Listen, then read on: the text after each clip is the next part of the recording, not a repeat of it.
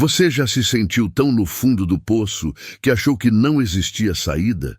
Já olhou para o futuro e viu apenas escuridão? Esta é a história de Rafael, um pai solteiro que perdeu tudo e descobriu que às vezes a vida nos tira o chão justamente para nos ensinar a voar. Prepare-se, porque o que você vai ouvir agora vai mexer com cada fibra do seu coração. Esta não é apenas uma história sobre pobreza ou riqueza. É sobre dignidade, amor verdadeiro e a reviravolta mais inesperada que você pode imaginar. Fique até o final, porque a última cena vai te fazer acreditar em milagres novamente. A demissão chegou numa sexta-feira. Como sempre, chegam as piores notícias. Rafael assinou os papéis com mãos trêmulas, guardou a caneta velha que há 7 anos ocupava o bolso de sua camisa e atravessou o corredor do depósito pela última vez. Ninguém se despediu. As pessoas evitavam olhar nos olhos de quem estava saindo, como se o azar fosse contagioso. No ônibus de volta para casa, ele calculava mentalmente R$ 340 de aluguel atrasado. A mensalidade da escola de Miguel venceria em 10 dias. Tinha arroz e feijão para a semana, mas o gás estava no fim. E agora, sem emprego, cada centavo da rescisão precisaria ser esticado como massa de pastel nas mãos de sua mãe, que já não estava mais aqui para ensiná-lo a sobreviver. Miguel estava no portão quando Rafael desceu do ônibus. 6 anos, todo sujo de terra vermelha, segurando um carrinho de madeira que ele mesmo havia feito com caixotes. Pai, olha, coloquei rodas de tampinha de garrafa. Rafael se ajoelhou ali mesmo, na calçada rachada, e abraçou o filho com força. Precisava que aquele corpo pequeno o ancorasse na realidade, impedisse que ele se desfizesse igual a jornal velho na chuva. Está machucado, pai? Não, filho. Só cansado. Mas Miguel já conhecia aquele cansaço.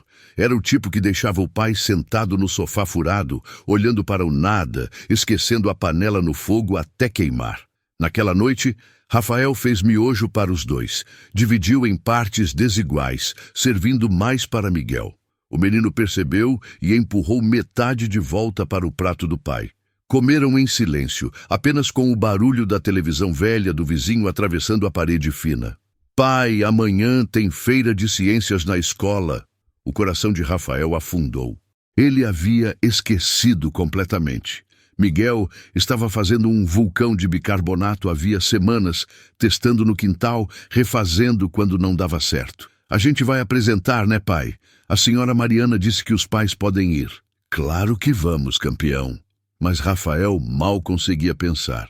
Como olhar nos olhos dos outros pais, sabendo que estava desempregado?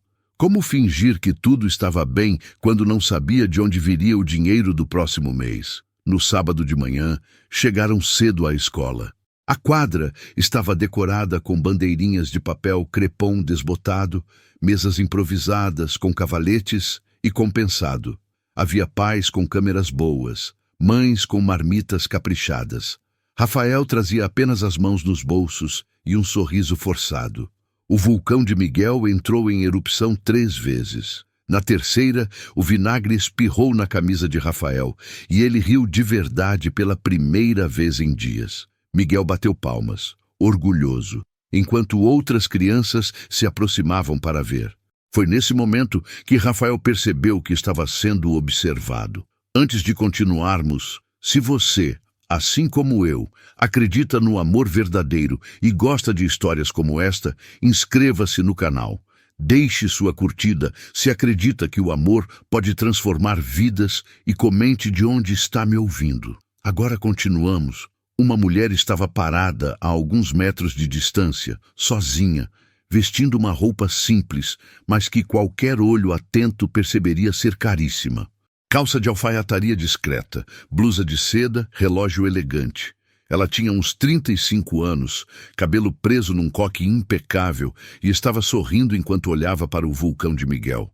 Quando seus olhares se cruzaram, ela não desviou. Caminhou até ele com passos decididos. Seu filho tem muito talento. Esse vulcão foi de longe o projeto mais criativo que vi hoje. A voz era suave educada, mas havia algo de genuíno ali que pegou Rafael desprevenido. Obrigado, ele trabalhou muito nisso. Eu sou a Beatriz. Ela estendeu a mão. Beatriz Almeida. Sou voluntária aqui na escola. Ajudo com doações e projetos educacionais. Rafael apertou a mão dela, sentindo-se repentinamente consciente de suas roupas puídas, do tênis furado, da barba por fazer. Rafael, e aquele ali é o Miguel.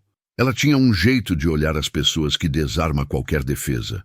Não era olhar de pena, nem de curiosidade mórbida. Era olhar de quem realmente via o outro. Você parece cansado, Rafael. Tudo bem? A pergunta simples, feita com real preocupação, quase derrubou todas as muralhas que ele tinha construído. Mas ele apenas sorriu. Semana difícil, mas estamos aqui, né? Beatriz assentiu, como se entendesse muito mais do que ele havia dito.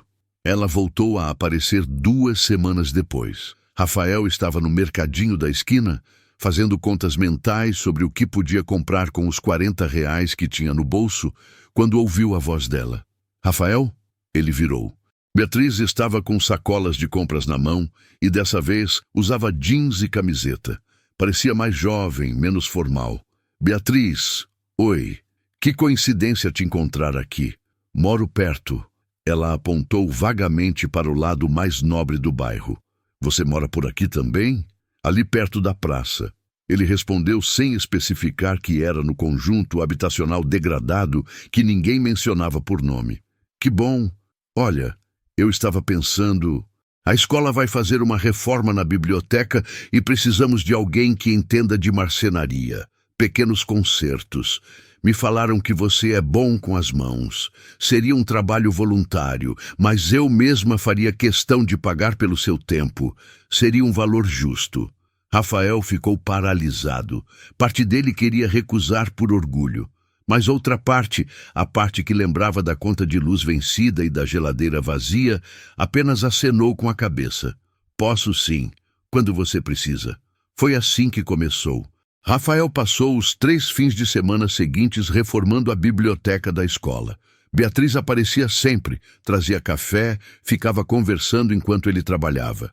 Ela contava sobre o trabalho dela numa grande empresa de tecnologia que a família possuía, sobre como tinha se divorciado 2 anos antes, sobre como se sentia deslocada no próprio mundo de luxo em que vivia. As pessoas no meu círculo social são tão vazias, ela disse uma tarde, sentada no chão enquanto Rafael lixava uma estante. Falam de viagens, de carros, de festas, mas ninguém fala de nada que importe de verdade. E o que importa de verdade? Perguntou Rafael, sem parar de trabalhar. Isso, ela apontou ao redor. Consertar uma biblioteca para crianças que precisam. Fazer o vulcão do seu filho funcionar. Acordar todo dia e escolher ser decente, mesmo quando o mundo não facilita. Rafael parou e olhou para ela. Havia algo dolorosamente honesto naquelas palavras. Você fala como se conhecesse isso, mas aposto que nunca passou necessidade na vida. Beatriz ficou em silêncio por um momento. Você tem razão. Nunca passei fome, nunca fui despejada, nunca tive que escolher entre remédio e comida, mas já passei por outro tipo de vazio. O tipo que dinheiro nenhum preenche. Já acordei em casa enorme me sentindo absolutamente sozinha. Já tive tudo e não ter nada ao mesmo tempo. A vulnerabilidade na voz dela tocou algo em Rafael. Pela primeira vez, ele viu não a mulher rica que aparentava ser, mas apenas uma pessoa tentando encontrar sentido, assim como ele. Nos meses seguintes, Beatriz criou razões para vê-lo. Contratou-o para fazer serviços na própria casa, sempre pagando valores generosos que ele sabia serem muito mais do que o trabalho valia. Ele aceitava porque precisava, mas também começou a aceitar porque queria vê-la. Havia algo crescendo entre eles, algo que nenhum dos dois tinha coragem de nomear. Miguel adorava quando Beatriz aparecia. Ela sempre trazia algum presente pequeno, mas perfeito. Um livro sobre vulcões, um kit de ciências, material de desenho. Nunca era ostentação, sempre algo pensado com carinho. Você gosta dela, né, pai? Miguel perguntou uma noite. É complicado, filho. Porque é complicado. Ela é legal e ela gosta de você também. Eu vejo. Rafael suspirou. Nossas vidas são muito diferentes, Miguel. Ela tem dinheiro, uma casa grande, viaja pelo mundo. A gente mal consegue pagar o aluguel. E daí? O amor não liga para essas coisas, não é isso que você sempre fala? A sabedoria simples da criança cortou fundo. Foi numa terça-feira chuvosa que tudo mudou. Rafael estava terminando de instalar armários na lavanderia de Beatriz quando ela entrou, completamente encharcada, chorando. Beatriz, o que aconteceu? Ela se jogou numa cadeira, tirando os sapatos molhados com as mãos tremendo. Meu pai. Ele descobriu que eu estou usando dinheiro da empresa para projetos sociais, sem autorização do conselho. Ameaçou me cortar de tudo. Me chamou de ingênua. Diz que eu estou desperdiçando o dinheiro da família com caridade inútil. Rafael se aproximou devagar, pegou uma toalha e estendeu para ela. Você não é ingênua. O que você faz é importante. Mas ele tem razão numa coisa. Ela olhou para Rafael com olhos vermelhos. Eu nasci em berço de ouro. Nunca precisei lutar de verdade. Enquanto isso, pessoas como você trabalha o dobro, o triplo, e mal consegue sobreviver. Não é justo. Nada disso é justo. A vida não é justa mesmo, Rafael disse, sentando ao lado dela. Mas você está tentando fazer algo a respeito. Isso vale mais do que a maioria faz. Beatriz olhou para ele por um longo momento. Rafael, eu preciso te contar uma coisa. Eu não apareci na vida de vocês por acaso. Quando te vi na feira de ciências, perguntei sobre você para a diretora. Ela me contou sua história. A demissão, as dificuldades, como você estava criando o Miguel sozinho, e eu quis ajudar. O coração de Rafael gelou. Então tudo isso foi pena? Caridade? No começo, talvez, mas depois eu me apaixonei por você. De verdade. Por como você ama seu filho. Por como você trabalha com dignidade. Por como você nunca perdeu a bondade, mesmo tendo todos os motivos do mundo para ficar amargo. O silêncio entre eles era denso. Você não pode se apaixonar por mim, Beatriz. Olha para mim, olha para você. A gente vive em planetas diferentes. Então me leva para o seu planeta. Ela disse pegando a mão dele. Porque o meu está me sufocando. Rafael puxou a mão de volta. Você não sabe o que está falando. Meu mundo é acordar às 5 da manhã sem saber se vai ter trabalho, é contar moedas no fim do mês, é explicar para o seu filho por que não pode comprar o tênis que os colegas têm. Você ia durar uma semana. Então me deixa tentar. Me deixa provar que isso não é fantasia. Mas Rafael já estava saindo, pegando suas ferramentas. Obrigado pelo trabalho, Beatriz, mas acho melhor a gente não se ver mais. Ele saiu na chuva sem olhar para trás, mesmo ouvindo ela chamar seu nome. As semanas seguintes foram tortura. Miguel perguntava pela Beatriz. Rafael mentia, dizia que ela estava viajando. Mas a verdade era que ele também sentia a falta dela, de uma forma que doía fisicamente. Foi Miguel quem forçou o reencontro. Numa tarde de sábado, ele fugiu de casa. Rafael o encontrou 2 horas depois, sentado na calçada em frente à casa de Beatriz, chorando. Miguel, pelo amor de Deus, filho, você me matou de susto. Eu queria ver ela, pai. Eu sinto falta dela e sei que você também sente. A porta da casa se abriu. Beatriz estava ali e pelo estado dela era óbvio que também não estava bem. Olheiras profundas, cabelo sem cuidado, roupas amassadas. Miguel! Ela desceu correndo as escadas, abraçou o menino com força. Depois olhou para Rafael. Entra, por favor. Está começando a chover. Dentro da casa imensa, sentados na sala de estar, que era maior que todo o apartamento de Rafael, ele finalmente desabou. Eu tenho medo, Beatriz, medo de não ser suficiente, medo de que um dia você acorde e perceba que cometeu um erro, medo de te arrastar para o meu mundo e você se arrepender. E eu tenho medo de passar o resto da vida me perguntando, e se? Ela respondeu. Rafael, eu sei que você acha que nasci com tudo resolvido, mas eu não tenho nada que importa, não tenho propósito, não tenho conexão verdadeira com ninguém. Desde que te conheci pela primeira vez em anos, eu acordo com vontade de viver o dia. Mas e seu pai, sua família, seu mundo? Meu pai já cortou minha mesada. Disse que se eu continuar bancando a salvadora, ele me tira da empresa. E sabe o que eu descobri? Que eu não me importo, eu não quero aquele dinheiro, não quero aquela vida. Rafael olhou para ela incrédulo. O que você está dizendo? Estou dizendo que vou sair da empresa. Já conversei com um advogado, estou abrindo minha própria organização sem fins lucrativos. Vou usar o dinheiro que juntei ao longo dos anos para ajudar de verdade, sem meu pai controlando tudo. E sim, vou ter menos, muito menos, mas vai ser meu. Beatriz, você não precisa provar nada para mim. Não é para você, é para mim. Miguel, que tinha ficado quieto até então, falou: Pai, deixa ela ficar com a gente, por favor. Rafael olhou para o filho, depois para Beatriz, depois para aquela casa enorme que em breve ela deixaria para trás. Você tem certeza? De verdade? Beatriz sorriu, e era o sorriso mais genuíno que ele já tinha visto nela. Nunca tive tanta certeza de nada na vida. A reviravolta veio 3 meses depois. Rafael estava montando uma estante no novo escritório pequeno que Beatriz havia alugado para a ONG quando o telefone dela tocou. Ele ouviu a conversa, viu o rosto dela mudar. Quando ela desligou, estava pálida. Meu pai teve um infarto. Está no hospital. Rafael largou tudo na hora. Vamos, agora. No hospital, a família de Beatriz a recebeu com frieza. A mãe mal olhou para ela. O irmão a ignorou completamente. Mas quando o médico saiu do quarto e disse que o pai estava estável, mas precisava de repouso absoluto, foi Beatriz que tomou a frente. Nos dias seguintes, ela praticamente morou no hospital. Organizou os cuidados, conversou com médicos, tomou decisões difíceis. Rafael ficava ao lado dela, silencioso, apenas sendo presença. Uma noite, o pai de Beatriz pediu para falar com ela a sós. Rafael esperou do lado de fora, com Miguel dormindo no colo. Quando ela saiu 40 minutos depois, estava chorando, mas eram lágrimas diferentes. Ele pediu desculpas, disse ela, ainda em choque.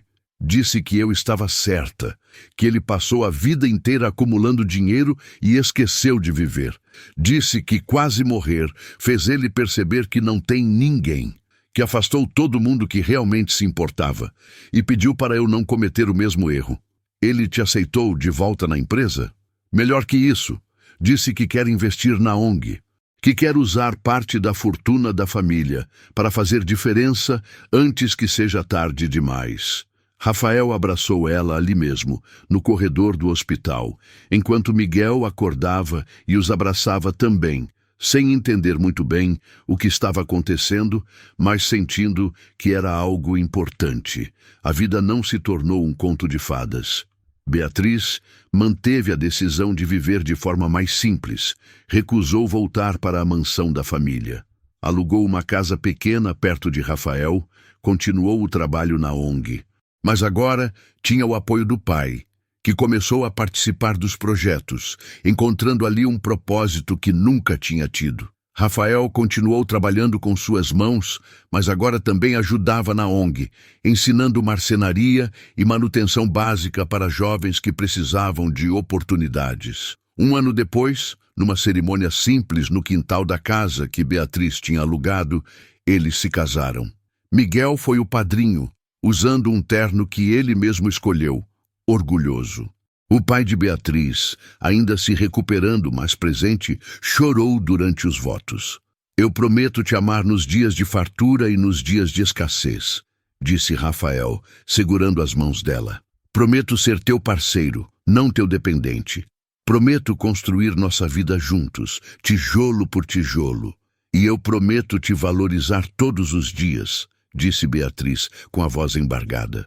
Prometo nunca esquecer que amor verdadeiro não se compra, se conquista. Prometo ser digna do homem incrível que você é. 2 anos depois, numa manhã de domingo, Rafael acordou com barulho na cozinha. Encontrou Beatriz fazendo panquecas enquanto Miguel, agora com 9 anos, ajudava. A casa era pequena, mas cheia de vida, cheia de amor, cheia de propósito. Seu celular tocou. Era um dos jovens da ONG, dizendo que tinha conseguido o primeiro emprego de carteira assinada, agradecendo a Rafael por ter ensinado ele a consertar móveis. Beatriz olhou para ele por cima da frigideira e sorriu. Do que você está sorrindo? Só lembrando daquele dia que fui demitido. Achei que era o fim do mundo. Não sabia que era só o começo. O começo do quê? De tudo que importa.